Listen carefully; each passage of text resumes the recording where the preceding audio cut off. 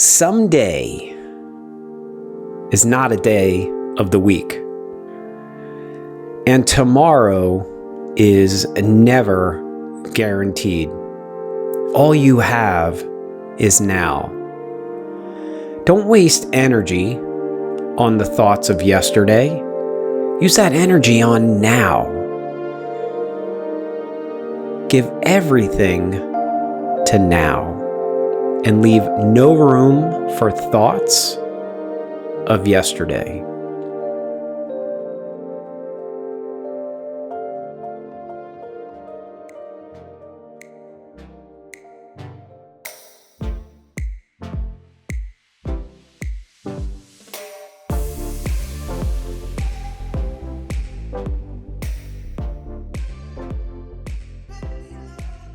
Good afternoon, everybody, and welcome to another episode of Hook, Line, and Shifter, brought to you by yours truly, Bob McCarty. What do we have going on this week? Well, we just wrapped up San Felasco, round 6 of the Florida State Championship Series up in Alachua, Florida. Going to talk a little bit about the results from that day. Unfortunately, me and technology had some camera issues, so I don't have any footage. I don't have any footage from San Felasco. Sorry about that. Going to talk a little bit about free hubs, about free hub activation. I get a lot of this question of a lot of times from people about the difference in hubs and free hubs. I'm going to break it down into very, very simple terms for you.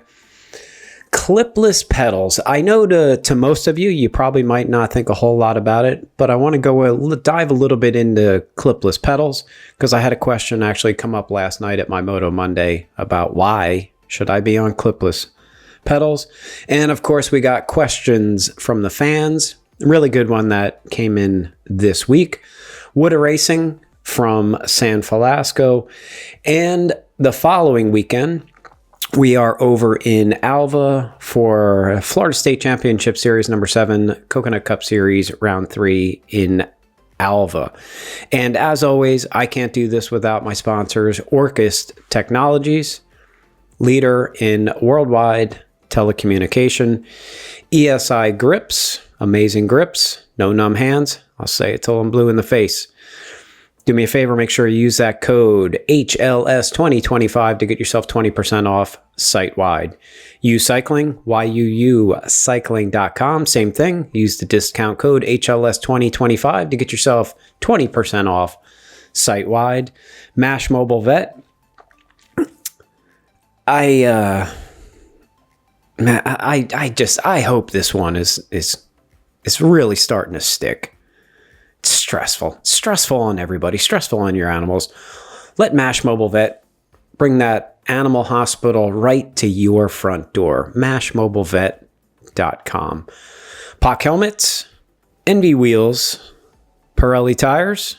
Did a whole episode on those Pirelli tires that I'm running, and Absolute Black oval chain rings. Thank you to all of my sponsors. Please use all the sponsors I just said. You'll really help me with the channel. Keep doing what it is that I love doing, trying to provide some useful content for you guys. Someday is not a day of the week, and tomorrow is never guaranteed. All you have is now. Don't waste energy on the thoughts of yesterday. Use that energy on now. Give everything to now and leave no room for thoughts of yesterday. Be in the moment. Give everything you have right now. Don't think about yesterday. Don't think about tomorrow. Tomorrow's not guaranteed. Think about now. Giving your all now, and you will have zero regrets for everything that you try and do. All right. So last weekend, round 6 of Gone Riding's Florida State Championship Series for 2025. San Felasco was a 10-mile long lap and approximately a 5-mile short lap. The experts had to do 2 long and 1 short. Sports had to do 2 long. Base riders had to do 1 long and 1 short.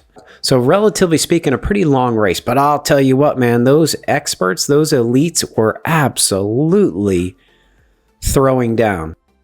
If I'm not mistaken, this was probably the fastest overall time that Felasco has ever seen. These guys are so talented. They were putting down 38-minute long laps and 18-minute short lap. The combined total produced probably, like I said, one of the fastest overall races that we've ever had. So in the XC1, the young guys, the 19 to 39-year-old category, well, man, I wish I was actually there to see the finish of it. But Reed edged out Ryan Woodall. Looks like they had a sprint finish, and Reed got him by 1 second. They were together for the first lap. They were together for the second lap. They were together for the third lap, and looks like came down to a sprint finish, and Ryan got edged out ever so slightly by Reed. This will, fortunately for Ryan, Reed isn't chasing the entire series, so this still keeps him in the leader's jersey, along with Darla Woodall, his wife. So once again, atop of the podium in the leader's jersey is Ryan and Darla. Jonathan got himself a 3rd place. Marco Carey got himself a 4th. And then Jacob Fernandez got a 5th. All very, very respectable times out there. That course is just is brutal.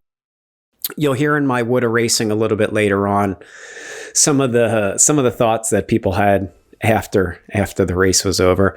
Call it Wood of Racing or the thoughts that they had. I'm going to go with the Wood of Racing. I would have done a lot better if. In the 40 plus, in the XC1 40 plus category, we got Carlos Pacheco got himself another win, Gilberto 2nd, Eric Olson 3rd, Antonio Guzman 4th, and Julio a 5th. I believe Julio still is in the leader's jersey. Or leading the class, leading the 40 plus class for the overall for the FSC. 5th place for him, a little bit disappointed. I talked to him briefly after the race and just did not have a good day out there. I'm his coach. I'll take partial blame in it. We'll get it fixed and get him ready for next weekend and up and coming races. In the XC1 50 plus, I wound up getting the win. Trent got 2nd. Mike Adam got 3rd. Trent ran a really good race. We had a good start together. He wound up getting the whole shot. Mike was in 2nd. I was in 3rd. I jumped around Mike, caught up to Trent, created a little bit of a gap, and then I hit Trent. I told him after the race, I hit Trent with everything that I had on a few select climbs, and sure enough, I could not get rid of him. So great job on that, on a 2nd place. I eventually did get rid of him, just gradually throughout the race, put in a little bit more effort in some select areas, wound up getting a win over him. Kenan pulled off a 4th, and Ryan got himself a 5th. Now over to the sport category. We have the XC2 sport category. Bryson McKnight, the young category, the 19 to 39. Bryson got himself the win. Mark Delabertis got 3rd. Got 2nd. 3rd place to Juan. 4th place to Rodrigo. Rodrigo holding strong with a battle against Mark for the overall. And Noah squeaked into that 5th place spot. Noah, one of my young and up and coming clients, very talented, squeaked himself a 5th place in that category. XC2, we've got the 40 plus sport. Stefan got himself the win. Felipe 2nd. Jose, another one of my guys, got himself a 3rd. Landed on that podium. So great job to them. In XC2 Sport 50 plus, Alex Duran got himself the win. Joe Fernandez 2nd. Danny Domaznuski got himself a third. Good job. Good job, Danny. Former client of mine, still putting in that great, that really hard work. One of the next gen riders got himself that third place. So good job, Daniel. In the Open 60 plus, Anthony got the win. Adam got second. Tony Maffei got third. Dick McDonald fourth. I believe, even though Dick got fourth, I believe he's still holding on to the overall in that category. For XC1 woman, Darla got the win. And like I said earlier, keeps her in the leader's jersey with Ryan. Very cool season to see a husband and wife leading the Florida State Series, debuting those leaders jerseys every weekend.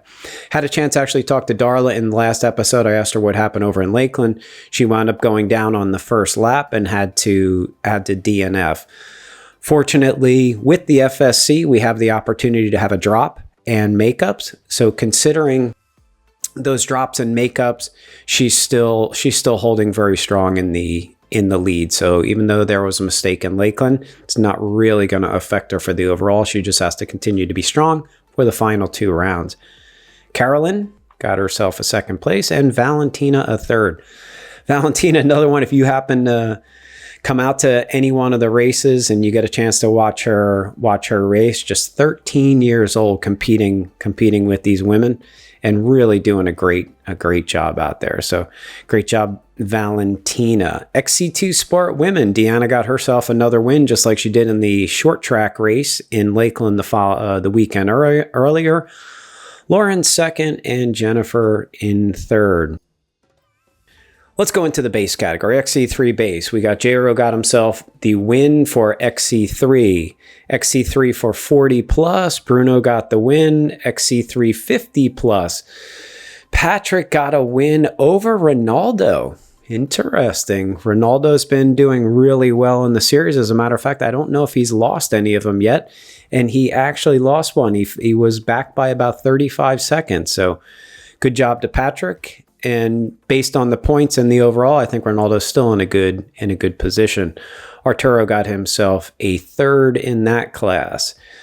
Nick picked up the win in the Clydesdale class, junior under 19. Marshall got the win in that. Base 60 plus, Jerry got himself a win in that. Junior under 15, Koa got the win in that. Base women, Jennifer got a win there.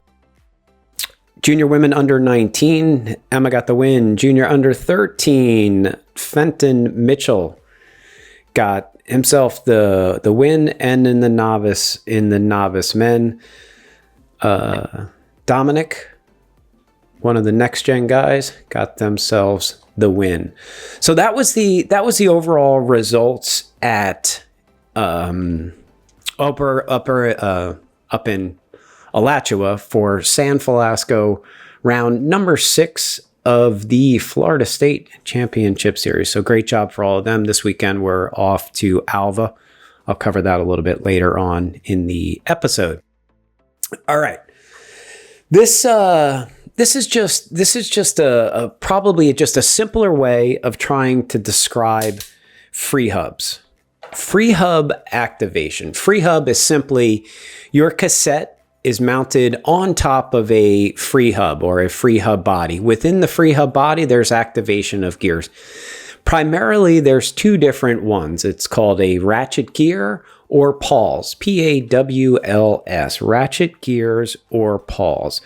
So inside a free hub body, this is one of my old practice wheels.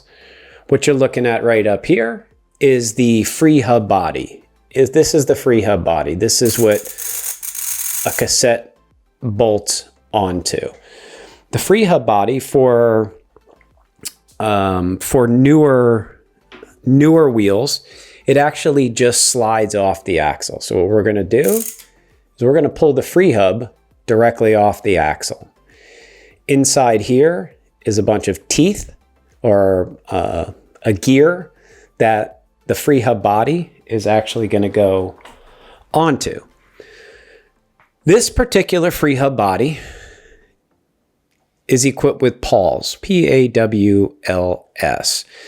Every one of these Pawls expands to activate inside the hub, and that's when you start pedaling. That's what's going to actually drive the bike forward. When you push down on this, gears activate. These small spring-loaded gears activate. When you don't pedal, they coast, and then these pop up and down. So why is activation so important? In this video, you can see how high the crank actually goes before the cranks start to engage. How high does the crank go before the crank starts to engage? The more pawls that you have on a wheel or on a hub, the quicker the activation is going to be. Always keeping in mind, the more pawls, every one of these pawls is technically resistance. It's technically resistance when the wheel is rolling. You have to find what is the compromise. Mountain bike people, when we're on and off the gas so much, on and off the pedal stroke, in and out of corners, over obstacles, you want a quicker activation. So first option is the number of pawls that you have inside the hub. The second type is called a ratchet gear. This is also extremely popular. This is a ratchet gear. There's a spring on one side of the ratchet gear, and it just simply pushes to keep the gear engaged. No more spring. So when you push down on the crank, this turns the entire gear, moving the bike forward. When you stop pedaling, these click together and allow the bike to freewheel. Again, if you hear the noise, you can't really hear the difference between a ratchet gear and pawls unless you pay attention and kind of know the difference. Activation, pawls versus a ratchet gear, I don't think there's a big difference between the two. But on the surface of the ratchet gear, there's a number of grooves. Based on the number of grooves, that's going to tell you what is the activation like. How quickly is it going to activate? Again, in the video, if you have the cranks level, if you want to test your own system, if you have the cranks level and then you lift the crank arm up, you want to listen and hear when is the first activation of the ratchet gear or when is the first activation of the pawl. This is what's going to tell you what kind of gear ratio you have to lock in. Again, the quicker the activation, a little bit more rolling resistance. Do you want to make that compromise because you're more of a mountain bike rider as opposed to a road guy or a gravel person? Generally speaking, gravel or road, you might not need as many pawl activations or as many gears on a ratchet gear because you're not so concerned about getting on the gas as quickly as we do in mountain biking. In a ratchet gear, I believe they start somewhere around 16 to 24 tooth and go up from there. A pawls system, I've seen free hub bodies with as little as 3 pawls on it. This particular gear actually has 6 on them. My Envy M5 wheels is a ratchet gear activation, and I'll be the first one to tell you I'm not that sure how many is on it. I believe it's either 48 or 54 tooth or ratchet gear activation, which simply means if you count all the gears on this ratchet gear, this particular one has 24. I didn't like the activation of it, so I upped the gear to something with some more activation. So again, road or gravel, you're probably not so concerned with the activation. Mountain biking, you're going to want to be concerned with that activation. Give a test to your bike. Again, keep the cranks level, lift them up, wait until you hear the first click, and you can see just how far that crank arm is actually going to move before the gears activate.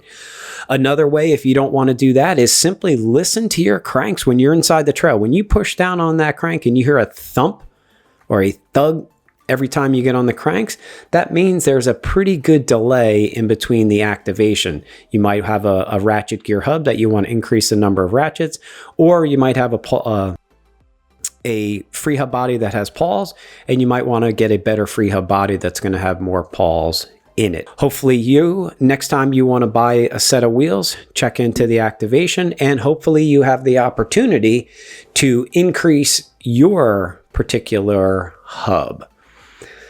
All right, next segment, clipless pedals. I had a great conversation last night at Moto Monday with a customer about clipless pedals. Bob, why should I go over to clipless pedals?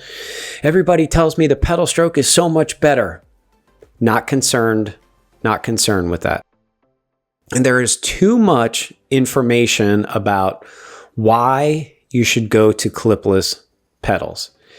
Everybody's going to encourage clipless pedals. I encourage clipless pedals, but I'm going to encourage it for one simple reason: muscle memory of your pedal stroke.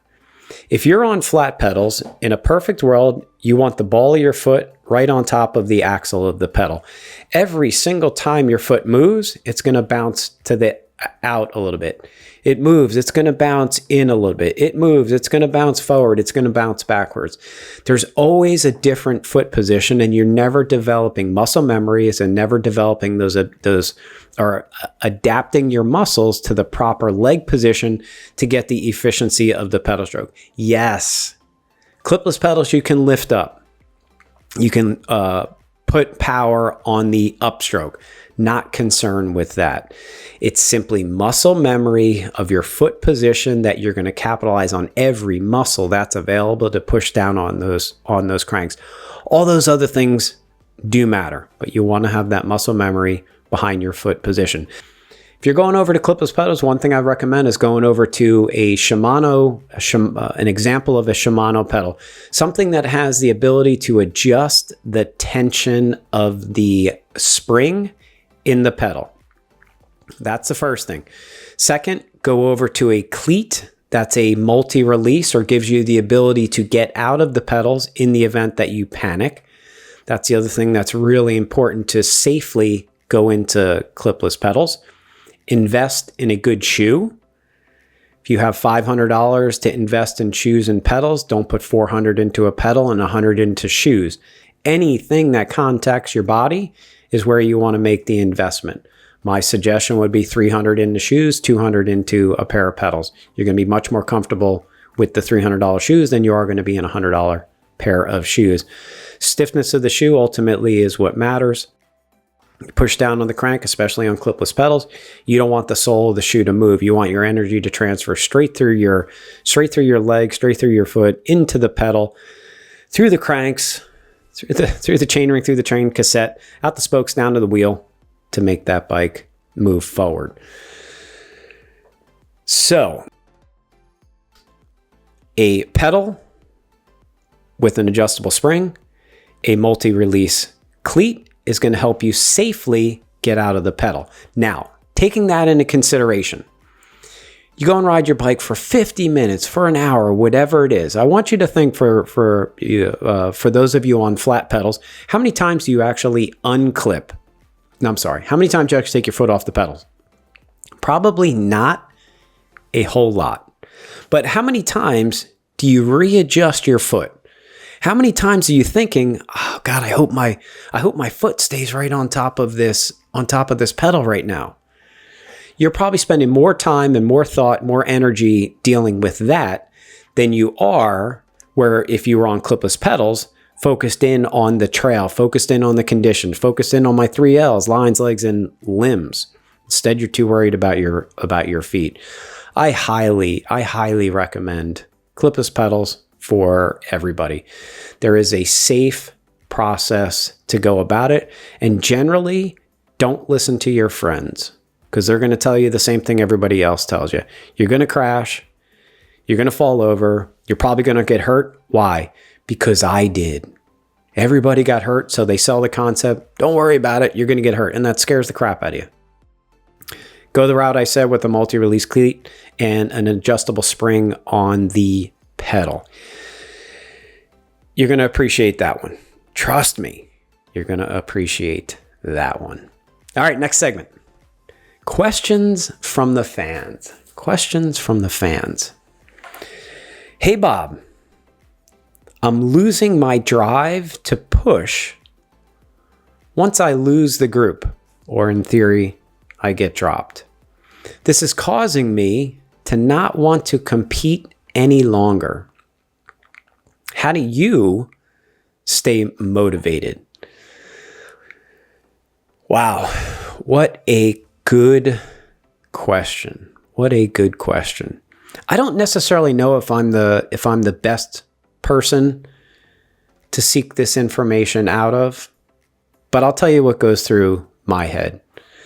I am, number one, I've been doing this a long time, and you've heard me say in my episodes before, I'm nearing 600 races, 31 years of racing. I absolutely love it. Every time I get on my bike, brings me back to my childhood, brings me back to being 16 years old with my friends, riding my bike through the woods, racing my BMX bike as a kid. So in theory, it keeps me young.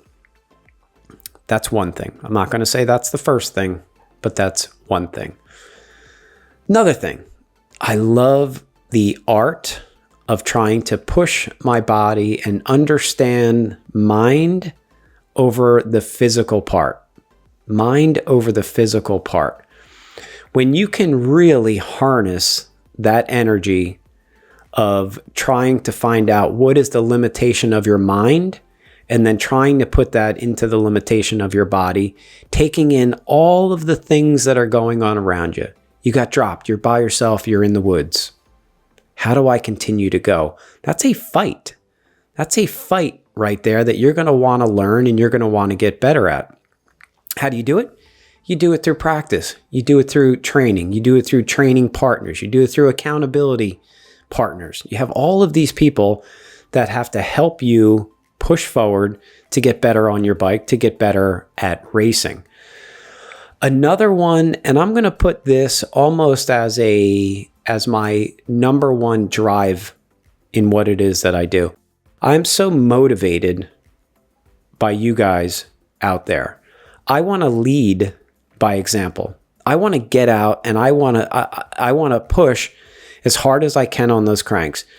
I view it in a little bit of a different way. If I have a fan and somebody wants to go and walk a half a mile into the woods to see what I'm going to try and do on the bike, I am going to give every ounce of energy that I can to make sure that I'm doing what I'm supposed to be doing. I feel honored that somebody would want to go out there and actually see what I'm trying to do on the bike. So I'm driven and motivated by others.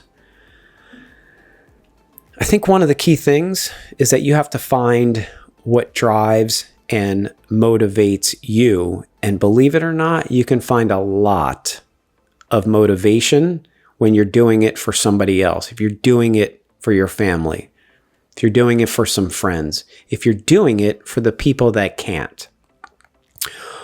On the top tube of my bike, on my race bike, if you have the opportunity to meet me at one of the races, or if you want to take a look at my race bike, it's the Black Scott. You're going to see 3 names on the top tube. Sean, Tammy, and Megan. They're 3 of my best friends that are no longer with us. I do it for them because you know what? If they were here, they wouldn't bitch about being tired. They wouldn't bitch about how much their legs hurt, about how they don't have any energy. Find that drive. Yes, this sport hurts. Yes, it's going to be miserable. Yes, you are going to be by yourself a lot. That's no reason to give up. Think about that sentence that I said in the beginning. Someday is not a day of the week, and tomorrow is not guaranteed. All you have is now. Push now. Just because nobody's around you, find out what fight you can give to make yourself successful that day. Go home and train, practice, be better, come back tomorrow and do it again. Again, I'm very fortunate that I've been doing this for a very long time, but I'm very driven from each and every one of you out there. Thank you for that, because you are keeping me in this sport.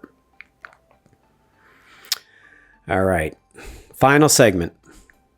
Woulda Racing from San Felasco. Woulda Racing. Bob,